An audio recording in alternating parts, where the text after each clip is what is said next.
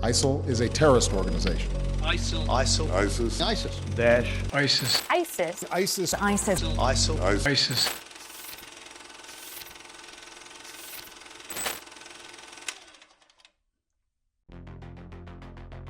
Perkembangan dalam proses politik internasional telah mengubah format hubungan konvensional dari suatu negara, baik dilakukan oleh aktor negara maupun non-negara, akan membentuk pola-pola interaksi dan sifat hubungan seperti kerjasama, persaingan, dan konflik. Jadi pada dasarnya, isu tentang perang dan damai juga menjadi perdebatan utama dalam politik internasional. Jadi, politik internasional bisa terbagi menjadi dua pola besar, yaitu kerjasama posisi sedang damai dan konflik atau perang dalam posisi berbenturan. Kendati dalam perspektif tertentu, bisa dikatakan pula bahwa damai adalah kelanjutan dari perang yang belum terjadi. Dan hal ini menjadi babak baru bagaimana sebagian kelompok agama memandang berbeda dalam mengatur proses bernegara, yakni dengan munculnya gerakan-gerakan fundamentalisme di Timur Tengah menjadi bukti nyata masuknya agama dalam politik internasional. Dari situlah berkembang gerakan-gerakan terorisme di tengah stabilitas keamanan global dan menjadi perhatian serius bagi setiap negara di dunia. Terorisme menjadi isu fenomenal pada abad ke-21. Bentuk kekerasan dengan atas nama agama menjadi agenda baru dalam politik internasional. Terorisme telah menjadi sebuah ancaman yang berdampak pada skala global. Semua negara di dunia berusaha secara proaktif untuk meminimalisir dampak dari aktivitas organisasi terorisme. Berbagai macam usaha proaktif yang dilakukan oleh komunitas internasional yaitu seperti melawan, memburu, memerangi, dan bahkan hingga dalam berbagai kasus mendukung berbagai macam organisasi yang terindikasi sebagai organisasi teroris dilakukan oleh berbagai negara di seluruh dunia. Organisasi terorisme yang tumbuh dan berkembang di kawasan Timur Tengah yang cukup terkenal yaitu Al-Qaeda. Organisasi ini kemudian melahirkan berbagai macam organisasi turunan yang tersebar di berbagai negara di kawasan Timur Tengah. Salah satunya yaitu ISIS yang menjelma sebagai gerakan terorisme besar pada tahun 2010-an. Munculnya organisasi fundamentalis seperti Al-Qaeda dan ISIS menjadi bukti betapa ancaman keamanan global berada pada posisi yang tak biasa. Sehingga realitas ini menimbulkan pertanyaan, apakah ini adalah ciri khas Islam?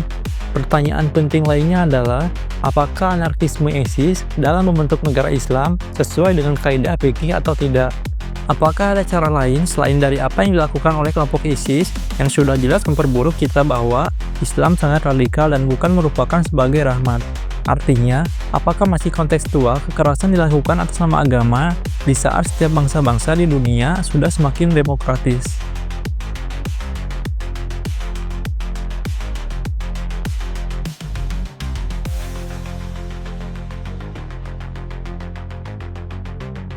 Munculnya fenomena baru dalam konteks hubungan internasional tidak bisa lagi dilihat dari satu sisi paradigma. Generalisasi fenomena melalui cara pandang pemikiran dalam teori tertentu cenderung meleset dalam berbagai kasus. Dalam hal ini, terdapat beragam perseteruan yang seringkali muncul atas nama Islam, termasuk gerakan-gerakan dakwah, kelompok-kelompok teroris, tindakan kolektif yang bersumber dari simbol dan identitas Islam. Dalam hal ini, gerakan politik yang berusaha untuk mendirikan sebuah negara Islam. Pembentukan negara Islam untuk mentransformasikan nilai universalisme Islam dianggap sebagian kalangan sebagai solusi kehidupan manusia. Dengan dasar manusia sebagai seorang khalifah pilihan Allah di bumi, sudah sewajarnya untuk melakukan segala hal untuk menjadikan Al-Quran dan hadis sebagai undang-undang yang dalam Islam dikenal dengan istilah siyasah dan syariah. Siyasah merupakan sebuah tindakan yang mendatangkan kebaikan, sedangkan syariah atau hukum artinya sesuatu ketetapan menurut syara berdasarkan kehendak Allah. Salah satu gerakan Islam juga sering dikenal dengan istilah jihad. Menurut kalangan militan Islam, jihad dengan melawan orang kafir adalah sebuah kewajiban suci. Kalangan militan melakukan interpretasi iman Islam, yakini bahwa orang yang sungguh-sungguh beriman wajib melawan kaum muslim yang tidak memiliki komitmen total, dan bahwa Alkitab juga dianggap sebagai kafir yang harus diperangi. Interpretasi mereka tentang jihad yang tidak tergoyahkan, yang meremehkan perjuangan bersenjata, dan melihat jihad hanya sebatas pencarian pahala. Disebut sebagai makna revolusioner yang sebenarnya dalam Islam. Gerakan Islam tak jarang menggunakan kekerasan menjadi fenomena yang sangat menonjol menyeruduk di media internasional. Tragedi penyerangan 11 September oleh Al-Qaeda hanyalah puncak dari serentetan drama kekerasan yang memakan korban orang-orang yang tidak mengetahui apa yang sesungguhnya dipikirkan oleh para pelakunya. Di negara-negara di mana penduduk muslim menjadi mayoritas maupun minoritas, ledakan kekerasan seolah beruntun tidak berkesudahan. Munculnya organisasi-organisasi baru yang dideklarasikan dan mendemonstrasikan dengan melupakan masa ke jalan-jalan ibu kota maupun di kota-kota kecil terus digelar. Munculnya paradigma Islam untuk menjelaskan berbagai bentuk dasar kepercayaan berbasis ideologi Islam seperti Daulah Islamiyah atau negara Islam akan terasa tepat dibandingkan harus menggunakan teori barat. Daripada menekankan kekhasan Islam sebagai sebuah sistem makna, identitas, dan dasar aksi sekelompok orang untuk mencapai tujuan bersama, mereka mencari kesamaan, gerakan yang berakar dalam proses bagaimana gagasan diorganisasikan, bagaimana ide-ide dibingkai dan disebarluaskan, bagaimana keluhan ditujukan, dan merancang taktik serta strategi untuk menanggapi perubahan yang terjadi, dan bagaimana melihat peluang dan kendala. Misalnya, untuk menjelaskan aturan dalam Islam apakah sesuai dengan tuntutan Al-Quran dan Sunnah Nabi atau tidak. Fenomena gerakan Islam masih didominasi oleh asumsi bahwa gerakan Islam merupakan penyimpangan dari arus utama Islam yang muncul karena didorong oleh rasa frustasi atas ketimpangan dan kemiskinan, sehingga mereka terjerumus dalam tindakan tak rasional. Mereka mudah diprovokasi dan ditunggangi oleh kepentingan di luar dirinya. Apakah memang demikian pemahaman yang sesungguhnya? Media barat sering mencitrakan Islam sebagai sebuah agama yang fundamental dan radikal, yang jelas merugikan Islam itu sendiri yang datang untuk membawa rahmat bagi setiap umat.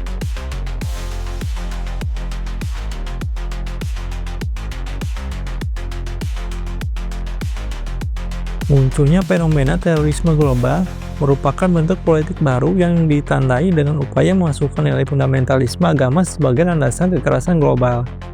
Proses demokratisasi di kawasan Timur Tengah dan Afrika atau yang dikenal sebagai Arab Spring menyebabkan instabilitas di kawasan itu, dan ini menjadi babak baru bagaimana sebagian kelompok Islam memandang hubungan negara bangsa. Kondisi sosial di politik Timur Tengah memberi kontribusi tidak langsung bagi muncul dan berkembangnya negara Islam atau the Islamic State of Iraq and Syria. Kemunculan ISIS bermula dari revolusi Tunisia pada tanggal 18 Desember 2010 dan Mesir pada tanggal 25 Januari 2011. Apabila di Tunisia dan Mesir, gerakan rakyat berhasil melengsarkan Zainal Abidin Ben Ali serta Husni Mubarak, pandangan lain mengatakan bahwa kemunculan ISIS tidak terlepas dari kontribusi Amerika Serikat. ISIS justru menjadi instrumen of terror yang didesain oleh Amerika Serikat untuk memperoleh kepentingan politik dan ekonomi di kawasan Timur Tengah. Menurut pandangan ini, invasi ke Irak melahirkan kelompok perlawanan Sunni terhadap Syiah yang kemudian disokong oleh Amerika Serikat. Dengan demikian, Amerika Serikat berada di belakang ISIS, dan ISIS menjadi momentum baru bagi Amerika Serikat untuk meneguhkan pengaruhnya di kawasan Timur Tengah. Terlepas dari itu, cikal bakal ISIS sendiri dapat ditelusuri dari berdirinya Jamaat Al-Tauhid wa Ijtihad atau disingkat JTWJ pada tahun 1999 di bawah pimpinan Abu Mus'ab Al-Zarqawi. Sejak didirikannya JTWJ berjuang di Afghanistan, Chechnya, Bosnia, dan Kashmir, lalu kembali ke Irak melakukan perlawanan terhadap invasi Amerika Serikat pada tahun 2003. Pada tahun 2004, JTWJ kemudian bergabung dengan Al-Qaeda. Zarqawi meyakini bahwa dengan berasosiasi dengan Al-Qaeda akan lebih mampu merekrut pasukan untuk berjihad dan memperoleh pendanaan. Sementara, pada saat yang sama, Al-Qaeda sendiri membutuhkan pasukan untuk melakukan jihad di Irak yang dipandang sebagai front jihad melawan Amerika Serikat. Aki di bawah pimpinan Zarqawi kemudian menggandeng kelompok lain yang berafiliasi dengan Al-Qaeda dan membentuk Majelis Syura Al-Mujahidin atau disingkat MSM pada tahun 2006. Terbentuknya MSM diharapkan mampu menyatukan kelompok-kelompok perlawanan Sunni yang ada di Irak. Namun, serangan Amerika Serikat pada tanggal 7 Juni 2006 menewaskan Zarqawi dan selanjutnya kepemimpinan Aki digantikan oleh Abu Hamzah Al-Muhajir. Pada perkembangan berikutnya, MSM di bawah kepemimpinan Muhadjir mampu menyatukan kelompok-kelompok lain, lalu Muhadjir mendeklarasikan berdirinya Islamic State of Iraq pada Oktober 2006 dengan Abu Umar al-Quraisy al-Husaini al-Baghdadi sebagai pemimpin dan Muhadjir sebagai Minister of War. Pada masa tersebut, ISI telah menjadi afiliasi dari Al-Qaeda. Pada perkembangan selanjutnya, Muhadjir dan Abu Umar tewas pada tahun 2010 sehingga kepemimpinan ISI diambil alih oleh Abu Bakar al-Baghdadi. ISI di bawah kepemimpinan al-Baghdadi kemudian terlibat dalam membantu perjuangan Sunni dan perang saudara yang terjadi di Suriah. ISI di Suriah berusaha berafiliasi dengan Jabhat an-Nusra atau disingkat JN. JN merupakan cabang Al-Qaeda di Suriah dengan pimpinan Abu Muhammad al-Jawlani. Akan tetapi, karena perbedaan pandangan dan ideologi, misi dan tujuan, serta metode perjuangan, Al-Qaeda kemudian tidak mengakui ISIS sebagai bagian dari jaringannya. Pada Februari 2014, Ayman al-Zawahiri, pemimpin tertinggi Al-Qaeda setelah tewasnya Osama bin Laden, menolak afiliasi ISIS dengan JN.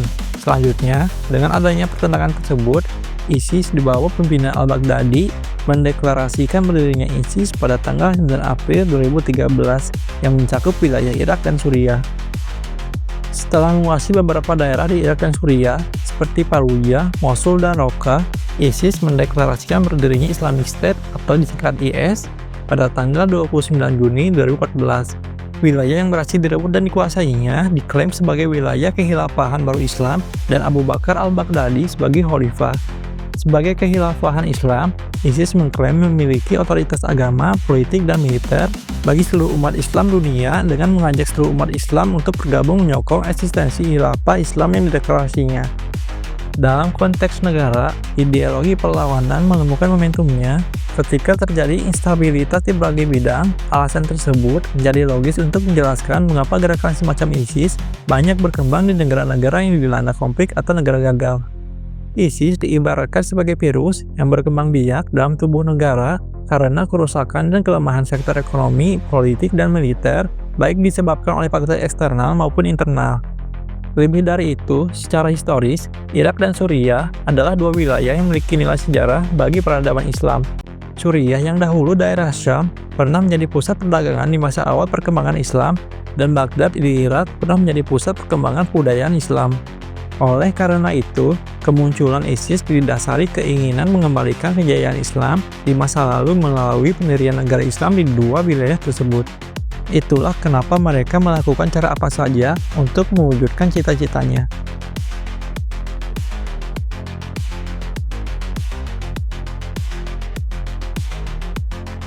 Dalam sejarah pembentukan negara Islam, sejak dulu pun tidak terlepas dari adanya kecenderungan sebagian kalangan untuk menggunakan penaklukan atau perang.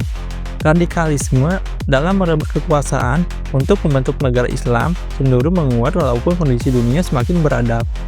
Contohnya, seperti munculnya isu fenomena lahirnya ISIS, walaupun jelas pada ilusi untuk membentuk daulah Islamiyah atau negara Islam seperti pendahulunya, tetapi ternyata ISIS jauh lebih provokatif dan lebih merusak dibandingkan Al-Qaeda. Propaganda yang dimainkan pun sangat variatif untuk menarik simpati dan perekrutan anggota ISIS. Yang perilakunya mengguncang rasa kemanusiaan itu menambah daftar hitam bagaimana ISIS melakukan aksi-aksi terorisme yang melanggar hak asasi manusia seperti penculikan terhadap wartawan, pembunuhan, dan peledakan bom bunuh di kota-kota besar. Interpretasi ISIS terhadap ayat Al-Quran dan hadis merupakan faktor penting terjadinya kekerasan.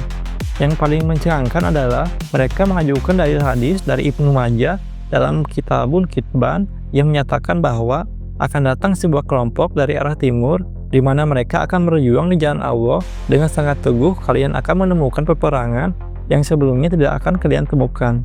Kelompok itu akan selalu konsisten dan tidak akan terkalahkan dengan izin Allah.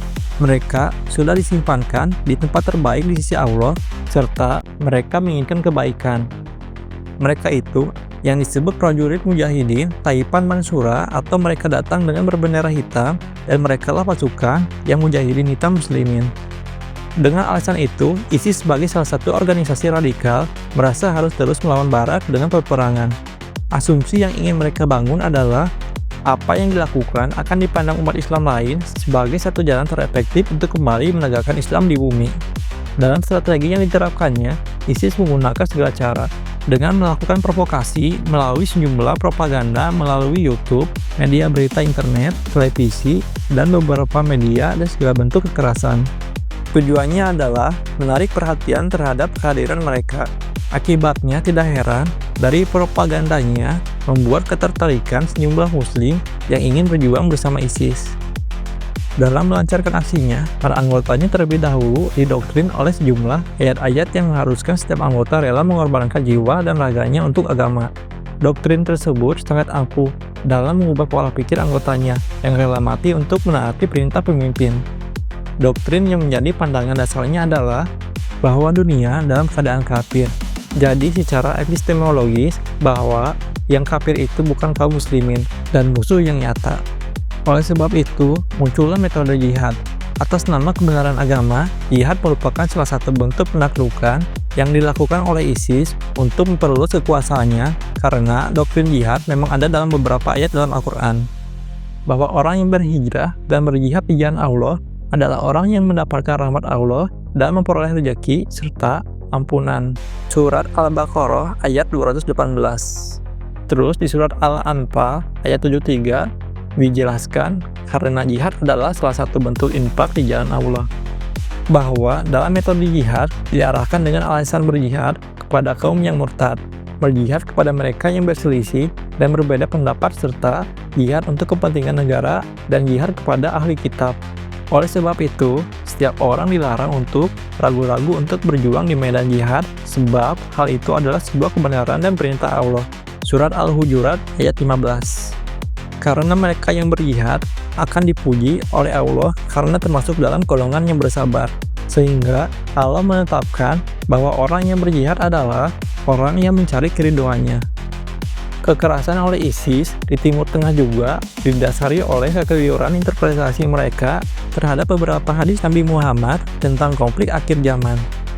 Analisis konflik yang terjadi di Timur Tengah menjadi salah satu pemicu interpretasi hadis yang menyatakan bahwa salah satu peristiwa akhir zaman adalah terjadinya konflik di Timur Tengah, sebab tidak akan terjadi kiamat jika tidak adanya beberapa ciri yang telah disebutkan oleh Nabi. Selain itu, di dalam hadis juga dijelaskan bahwa akan terjadi konflik di tanah Arab di mana mereka adalah khalifah Islam yang saling bertentangan. Jadi, ISIS berupaya sekuat mungkin untuk terus membasmi kaum kafir dan menganggap bahwa mereka yang menjadi pasukan Al-Mahdi yang terlebih dahulu memiliki tugas membentuk pemerintahan dalam konsep khalifah Islamiyah.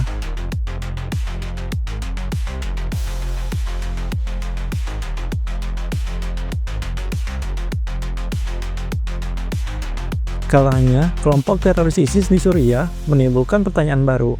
Bagaimana kini posisi Amerika di Suriah? Sebelumnya, keberadaan Amerika adalah untuk mengintervensi koalisi yang sudah ada dalam rangka menghilangkan kekuatan ISIS. Tindakan teroris pasca Paris yang dilakukan simpatisan ISIS terus terjadi di seluruh dunia. Di Amerika Serikat, penembakan massal terjadi di San Bernardino dan menewaskan warga sipil. Aksi serupa juga terjadi di London, berupa penusukan terhadap warga sipil di stasiun kereta api di bawah tanah. Akhirnya, teror yang sama dalam bentuk serangan bom terjadi di Yaman, menewaskan gubernur wilayah Aden. Dengan kedudukannya sebagai markas ISIS, Suriah dan Irak menjadi sasaran kekuatan besar dunia dalam perang melawan terorisme. Koalisi negara-negara barat yang dipimpin oleh Amerika Serikat serta Rusia melakukan intervensi militer melalui serangan udara pada sumber-sumber minyak yang diyakini menjadi salah satu sumber dana ISIS. Kelompok teroris ini memiliki sumber dana sendiri tanpa mengenalkan bantuan atau sumbangan dana dari simpatisannya. Pemasukan ISIS di akhir 2015 mencapai 80 juta US dollar. Sebagian dikumpulkan dari pajak di wilayah yang mereka kuasai. Penjualan minyak menyumbang 43% dari pendapatan tersebut, dan sisanya sekitar 7% berasal dari sumber-sumber lain termasuk penyelundupan narkoba dan penjualan listrik. ISIS bukan merupakan negara, tetapi kelompok militan yang ada di dalam negara. Dengan demikian, bila terjadi penyerangan, dengan mudah mereka dapat melebur ke dalam masyarakat menjadi rakyat sipil biasa. Saat kondisi aman, mereka kembali berkumpul membentuk kelompok militan. Amerika Serikat menyadari bahwa Mengenalkan serangan udara semata-mata tidak dapat mengalahkan ISIS. Oleh karena itu, Amerika Serikat menginginkan Suriah dan negara-negara Arab mendukung serangan udara koalisi dengan pengarahan pasukan darat. Di tengah-tengah kritik masyarakat Amerika Serikat akan kelambatan pemerintahnya menindaklanjuti teror ISIS, oleh karena itu, pemerintah Amerika Serikat mengerahkan pasukan darat dan menjadikan upaya melawan ISIS. Pada tahun 2013, ISIS menguasai kota Raqqa, sekaligus membuatnya menjadi ibu kota kekhalifahan. Di tahun selanjutnya, mereka berhasil menguasai Mosul, yang merupakan kota terbesar kedua di Irak. Kejadian itu membuat dunia terkejut dan berujung pada Amerika Serikat yang segera menetapkan ISIS sebagai ancaman global. Amerika Serikat merespon fenomena tersebut dengan membentuk koalisi pasukan dengan Australia, Bahrain, Prancis, Yordania, Turki, Uni Emirat Arab, dan Inggris untuk melakukan serangan balik kepada ISIS. Koalisi ini mulai meluncurkan serangan udara terhadap posisi-posisi ISIS di Irak pada Agustus 2014. Dengan mengerahkan pesawat-pesawat dalam operasi Inherent Resolve. Dalam operasinya, koalisi ini telah melakukan lebih dari 13.400 serangan udara di Irak dan lebih 16.000 di Suriah dilakukan oleh pasukan dari Presiden Bashar al-Assad yang dibantu dengan serangan udara Rusia dan milisi yang didukung Iran. Rusia dalam hal ini melancarkan serangan udara melalui jet-jet tempur pada September 2015. Menurut laporan dari Kementerian Pertahanan Rusia, pada Agustus 2018, pasukannya telah melakukan 39.000 serangan udara di Suriah sejak 2015. Serangan tersebut diperkirakan menghancurkan 121.000 sasaran teroris dan menewaskan lebih dari 5.200 anggota ISIS. Operasi militer pasukan gabungan Irak dan koalisi dari milisi Unit Perlindungan Rakyat Kurdi atau yang disingkat YPG bergerak melakukan penyusupan sejak Oktober 2016. Penyusupan tersebut membuahkan hasil dengan penguasaan kembali situs penting ISIS, yaitu Masjid Agung Al-Nuri dan Menara Al-Hatba pada 29 Juni 2017. Direbutnya kedua situs tersebut menandai hilangnya setengah wilayah ISIS di Irak dan membuatnya semakin terjepit. Hal ini ditambah dengan keberhasilan pasukan demokratis Suriah atau SDF Kurdi merebut Raqqa yang menjadi kehilangan besar bagi ISIS di bulan yang sama. Kehilangan ISIS selanjutnya adalah kepemimpinannya yang mulai runtuh, administrasi kekhalifahan yang tidak efektif, komplek pelatihan hilang, dan aliran propaganda ISIS jadi surut. Hal ini diperparah dengan perhitungan bahwa sejak 2014 hingga 2017, ISIS setidaknya kehilangan sekitar 60 ribuan kombatan, 78% teritori di Irak, dan 58% teritori di Suriah.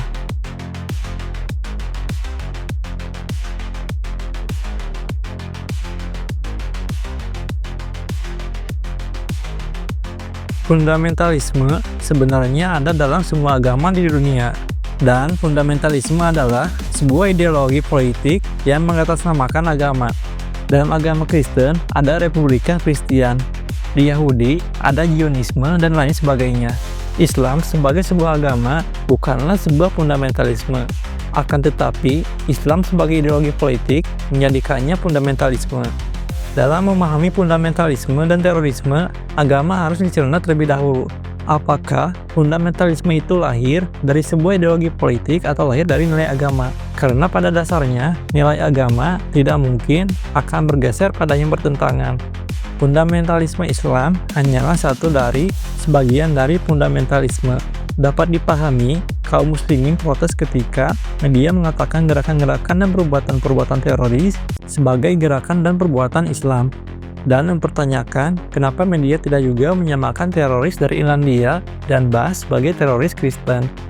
Jawabannya sederhana dan jelas, mereka tidak menyatakan diri mereka sebagai teroris Kristen.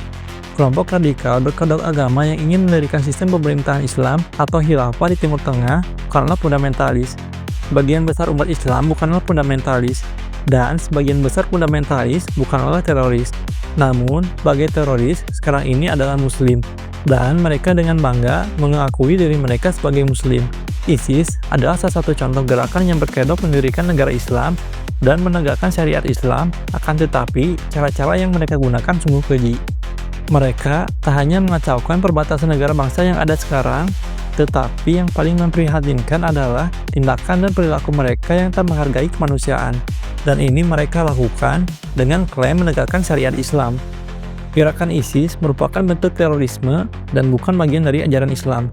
Penegasan ini menjadi penting untuk mencegah tindakan balas dendam terhadap umat muslim dan menguatnya Islamofobia. Selain itu, agama yang mulanya berfungsi sebagai perekat sosial telah mulai pudar. Masyarakat mulai disibukkan dengan munculnya sektarianisme yang lebih kuat. Khusus untuk wilayah Suriah dan Irak, masyarakat setempat telah kehilangan kemampuan untuk mengidentifikasi dan memiliki afiliasi diri sebagai bangsa Irak atau Suriah. Mereka lebih memilih pada sudut sektarianisme masing-masing.